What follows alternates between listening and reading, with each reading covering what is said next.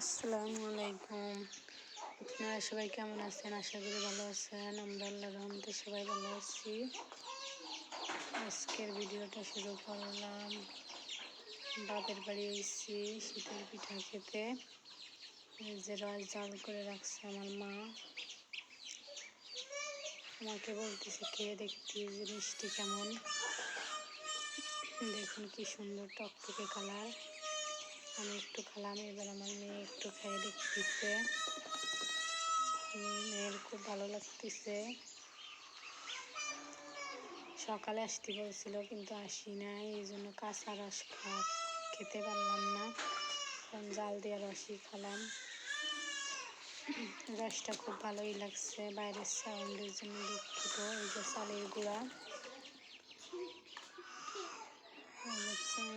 এই হাঁড়িতে গোলাটা গোলায় নেবে, আর ওইদিকে রসটা আবার জাল দিয়ে নিচ্ছে।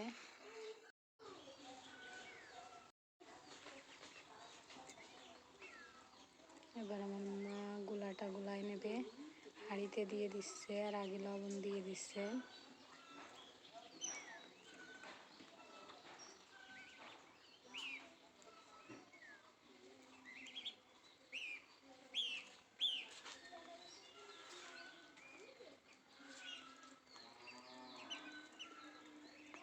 অনেক পিঠাই বানাবে, এই জন্য চালের গুঁড়োটা অনেক বেশি।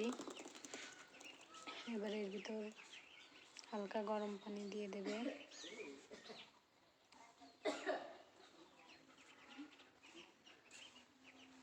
গরম পানিটা দিয়ে দিল। গরম পানিটা দিয়ে দিলাম। এবার হাত দিয়ে একটু গুলাই নিচ্ছে, পরে আবার কাঠি বা রং দিয়ে গুলাই নেবে। পানিটা একটু বেশি গরম, এই জন্য মার হাতে লাগতেছে খুব। এবার মা পানিটা হালকা ঠান্ডা পানি ভাজায় হালকা গরম পানি দেবে। হাত দিয়ে গুলাই নিলেই গোলাটা দলা থাকে না, ভালো সুন্দরভাবে গোলানো হয়ে যায়।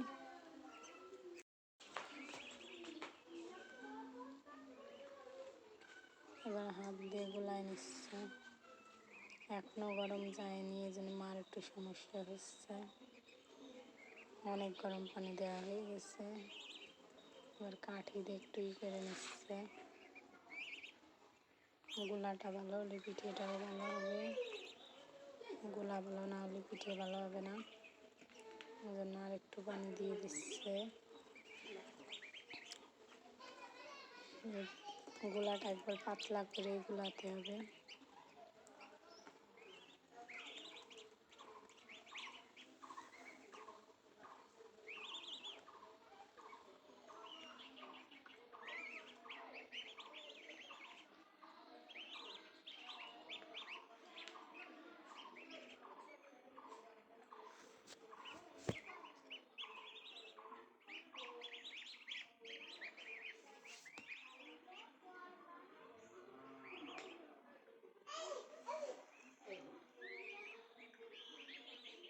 এবার রং দিয়ে গোলা নিচ্ছে, গোলাটা গোলাতে একটু বেশি সময় লাগতেছে। হ্যাঁ দূরে যা।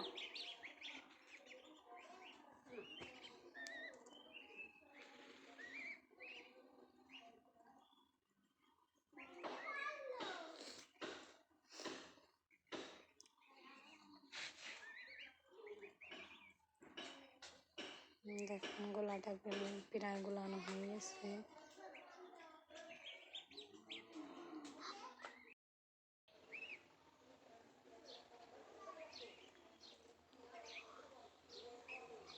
গোলাটা গোলানো হয়ে গেছে।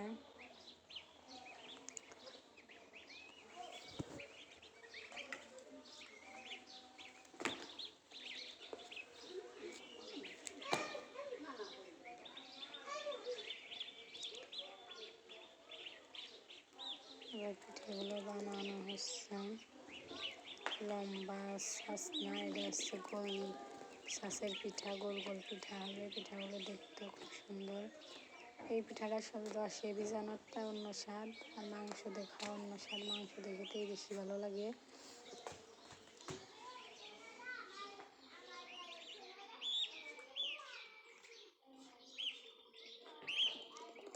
পিঠা এদিকে দিয়ে দিচ্ছে। এবার তুলে নেবে পিঠাগুলো। দেখুন কি সুন্দর ফুলে উঠছে। গরম গরম পিঠা আর যে কোনো মাংসের ঝোল দিয়ে খেতে কিন্তু খুব মজাই লাগে। আপনারা কে কে এই পিঠা খেতে পছন্দ করেন অবশ্যই জানাবেন। এই যে রসে ভিজানো হয়েছে হাঁড়িতে, অনেক পিঠাই বানানো হয়েছে। আশপাশে সবাইকে দেওয়া হবে। আমি তো আবার চলে যাব, বাড়ি নিয়ে যাব। এই যে পিঠাটা